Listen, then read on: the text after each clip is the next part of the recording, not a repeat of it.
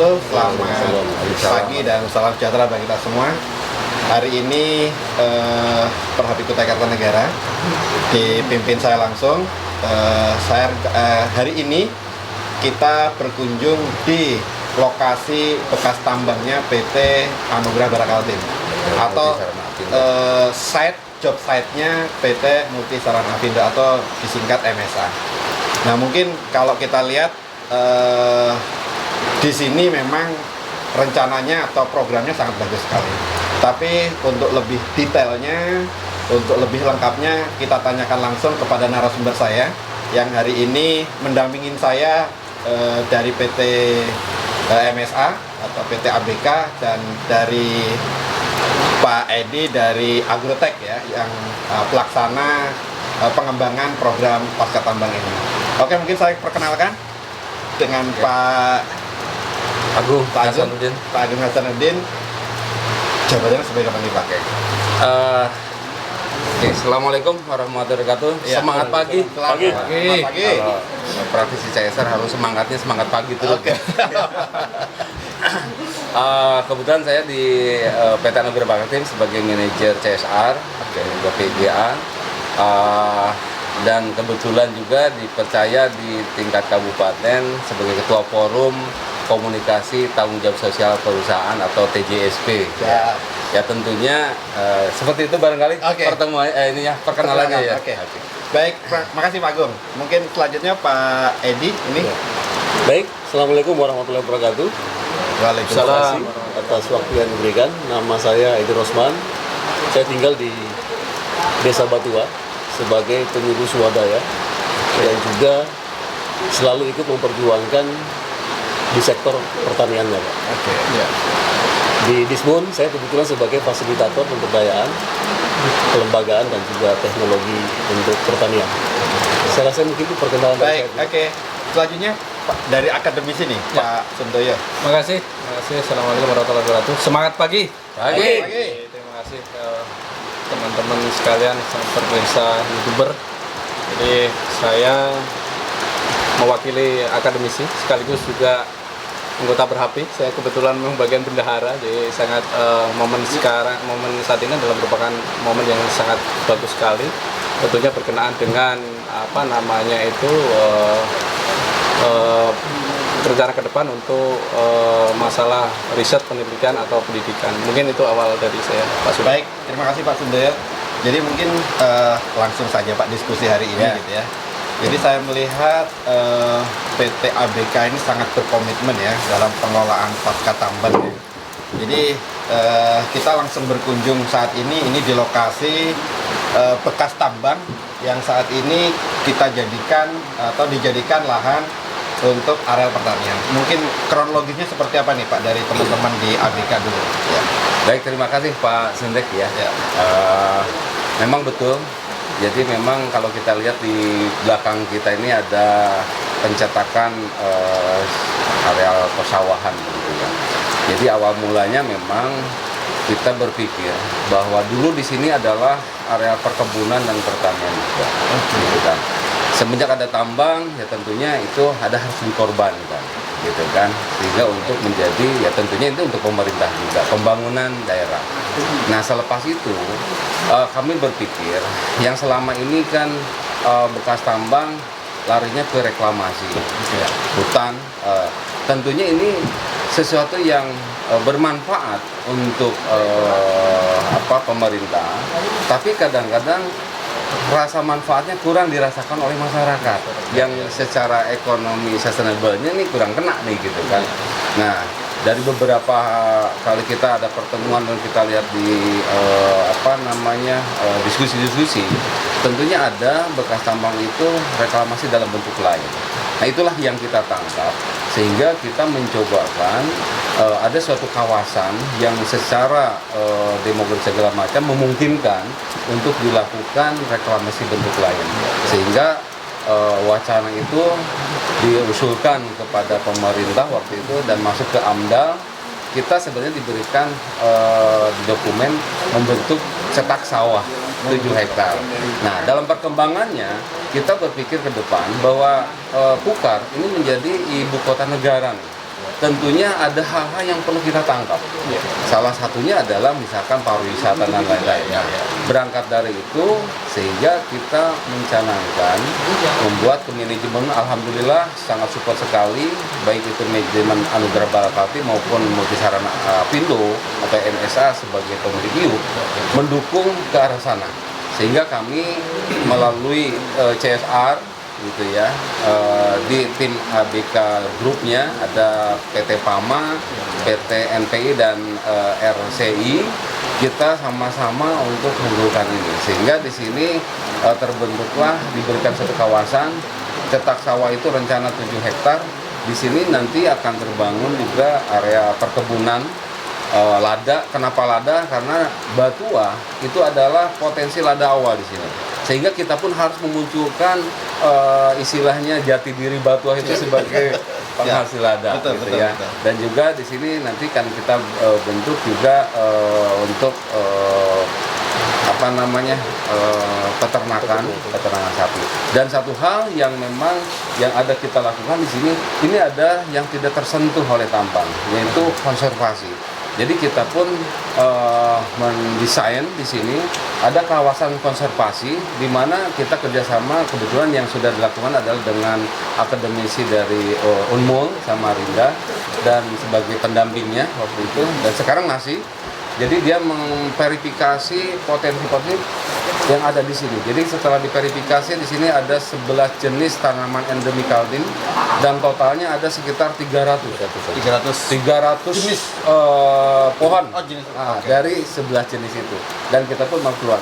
Nah, ini kenapa kita bentuk seperti itu? Memang kedepannya kalau memang itu ke wisata bisa, tapi untuk jangka pendeknya pembangunan yang kita tetapkan di sini namanya Agrotechnopark. Ya. Kenapa Agrotechnopark? Kita ada sentuhan juga di agro itu ada teknologinya, sehingga kita menerapkan beberapa nanti yang dijelaskan sama Pak Edi pakarnya. Kalau kita hanya ulasannya, tapi secara misi visi ke depan adalah kita ingin membangun ekonomi yang sustainable. Sehingga di sini pun yang melaksanakan pertanian itu kita mengambil dari masyarakat setempat. Ya, sehingga mereka yang dulunya katanya penonton ini karena memang basicnya itu, saya kira bisa dilakukan. Sehingga di sini udah mulai para petani yang ikut di sini perlahan ke depan kita akan memberdayakan mereka sambil ekonomi di sini bisa terbangun, begitu ya. Nah, barangkali cita-cita kami ke depannya adalah bahwa kawasan Agrotechnopark ini menjadi suatu kawasan yang bisa mempunyai proyek bagus untuk kawasan wisata agro, begitu ya. Tapi untuk saat ini untuk penelitian kita terbuka karena beberapa dari baik itu dari IPB yang melakukan penelitian di sini dan rencananya mungkin dari Unikarta kita terbuka juga. Karena di sini terus terang aja kami pun menggandeng dari Unikarta Prof. Ince yang insan juga memberikan saran dan masukan terhadap proyek pembangunan Agrotechnopark ini. Jadi harapannya tentunya pembangunan ini harus didukung barangkali 4 elemen. Yang pertama adalah pemerintahnya tentunya menyiapkan regulasi. Yang kedua dunia usahanya juga yang istilahnya punya lahan dan modalnya. Yang ketiga masyarakatnya pun ini harus terlibat. Dan yang paling penting salah satunya juga adalah akademisi. Karena ini terus terang aja proyek ini pun kita menggunakan akademisi, jangan sampai salah, bukan hanya coba-coba, tapi aspek teknologi penelitiannya kita lakukan. Sebelum kita melakukan proses ini, kita pun ada uji lab tanah bekas tambang, terus air bekas tambang yang katanya itu tidak bisa diapa-apakan. Jadi di awal kami dicemooh terus terang aja, kalau bekas tambang mau apa yang jadi pan juga tanaman hutan. Itu yang kita buktikan, betul. Bahwa ternyata ini kita bisa lakukan. Tapi tentunya harus menggunakan teknologi dan ilmu.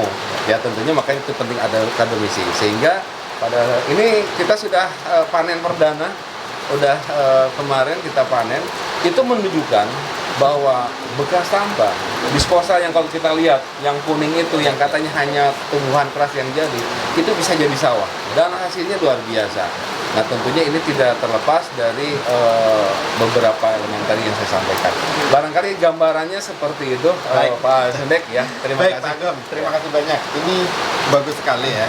Tadi saya ambil intinya bahwa memang di dalam kita membuat suatu program, kita harus komitmen. Dan ada beberapa yang tadi menjadi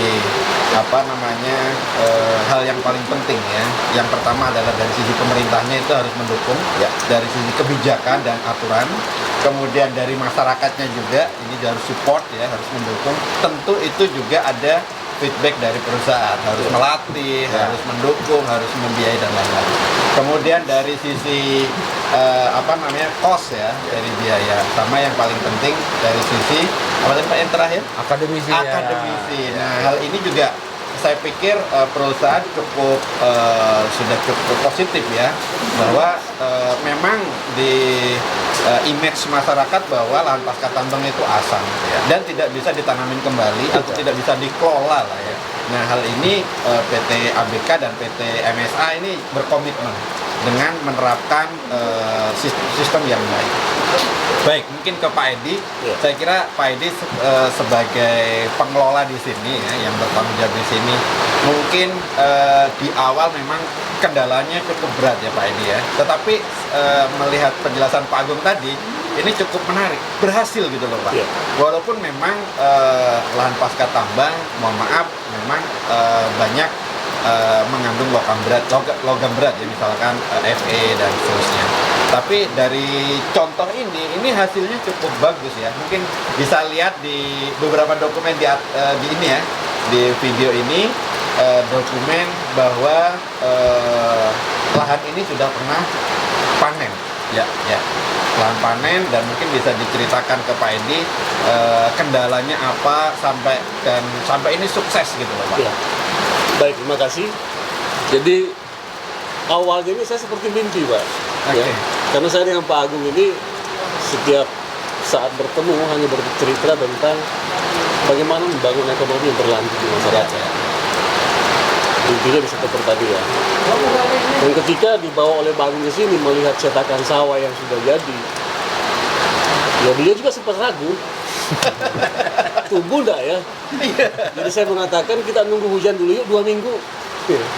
Jadi setelah hujan turun, saya datang kembali, alhamdulillah rumput tumbuh subur.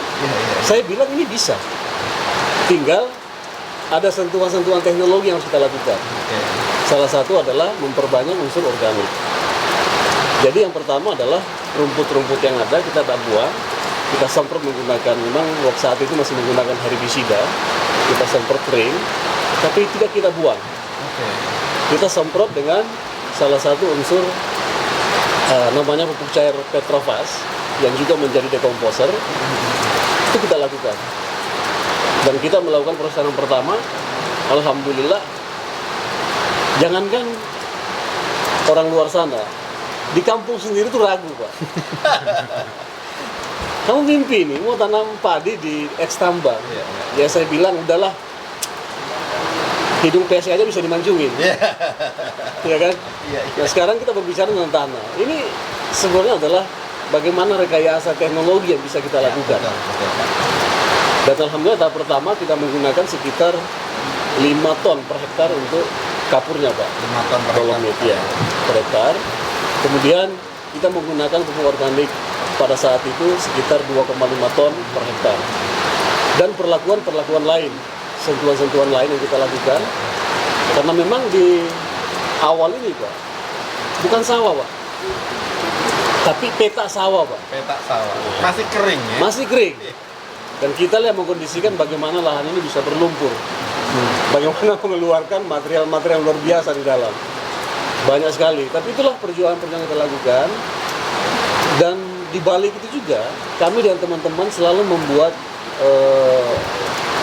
uji coba sendiri Pak. Tanam cabai, tumbuh tanpa perlakuan apa-apa bisa berbuah. Tanam kelapa, memang selalu saya katakan, tanam, jangan perlakukan apapun. Kita ingin melihat dulu.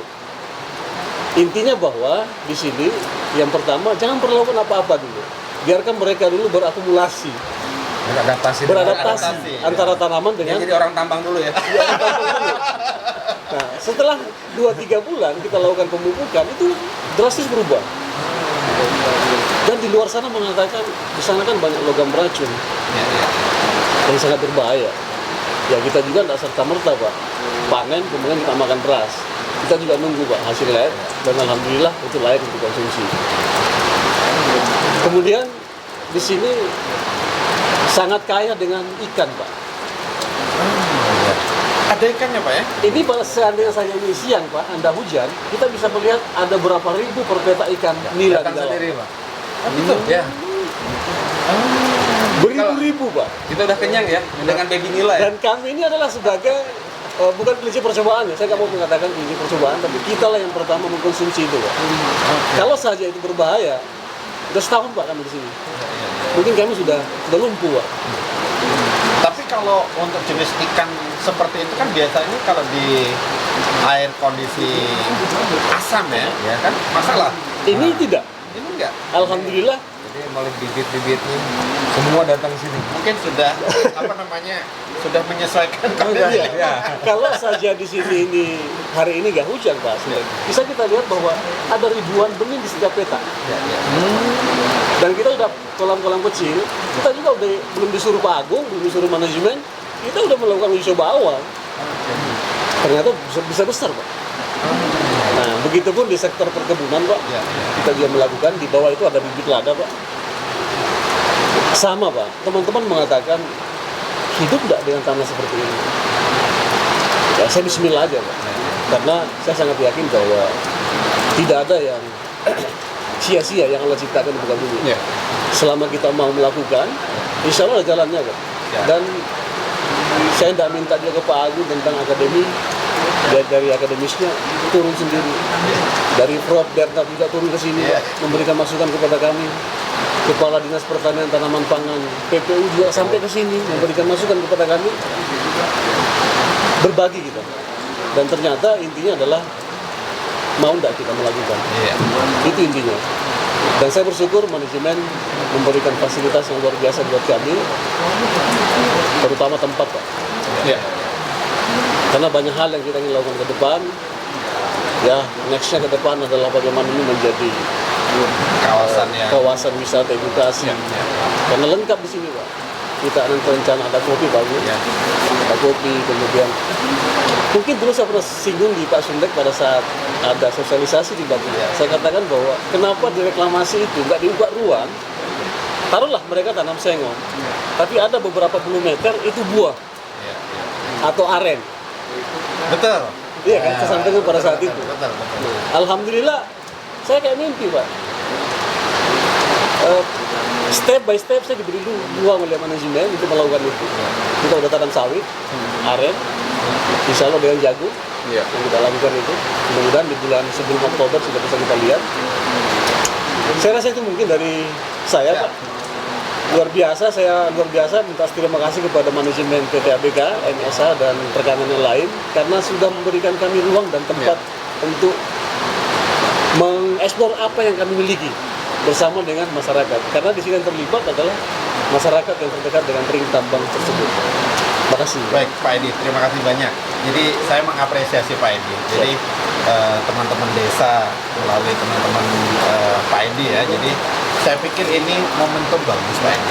Kita dikasih kesempatan ruang oleh teman-teman manajemen di MSA Group atau ABK Group. Ini sebenarnya memberikan kesempatan kepada masyarakat Lingkar Tambang untuk ikut terlibat. Ayo. Jadi siapa lagi Pak? Ya kan? Masa harus menggunakan orang luar lagi? Ya kan?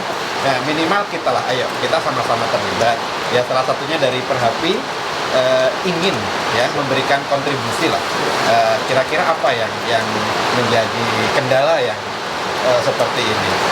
Di beberapa tempat memang banyak program Pak. Bagus. Tadi permasalahan kita mau melakukan untuk itu ya kan. Baik, mungkin Pak Edi selanjutnya dari Pak Sundaya mungkin setelah melihat dari pernyataan Pak Agung, Pak Edi dari sisi akademisi, dari sisi Unikarta atau dari sisi akademis, menurut Pak Sundaya seperti apa ini? Ya, makasih Pak Sundek Haryadi selaku Ketua Perhapi. Pada dasarnya Universitas Kutai Kartanegara itu mempunyai 3 prinsip pokok di dalam pelaksanaannya. Yang pertama adalah pendidikan pengajaran, kemudian yang kedua itu adalah pengabdian kepada masyarakat, yang ketiga itu adalah riset atau penelitian. Nah, kebetulan alhamdulillah kita hari ini kita dipertemukan dengan Bapak Agung dan Bapak Edi selaku pelaksana bagaimana perusahaan itu mempunyai komitmen, karena kita tahu bahwa komitmen itu mudah diucapkan tetapi juga agak sulit dilaksanakan, Pak. Karena saya tahu di antara komitmen itu kalau tidak mempunyai fighting spirit yang sangat kuat tentunya juga akan kandas di tengah jalan. Sehingga poin tersebut merupakan suatu fondasi awal di mana rencana kita akan bergerak ke depan. Nah, dalam hal ini tentunya universitas selaku masyarakat ilmiah mendapatkan 2 poin penting yang disodorkan oleh perusahaan tadi, bahwa di sini ada 2 peluang yang kebetulan kita mengabdi kepada masyarakat tadi. Yang kedua itu adalah riset penelitian. Dan kami harapkan, karena jujur Pak Agung, bahwa memang kita kadang terkendala di dunia pendidikan itu masalah riset sama masalah laboratorium. Justru dari sini kita bisa melihat bahwa lahan pasca tambang yang dioptimalisasi sedemikian rupa rupanya bisa memberikan suatu lab alamiah yang sangat, ya sebetulnya kalau dibiayai sendiri ini waduh, kosnya sudah terlalu besar.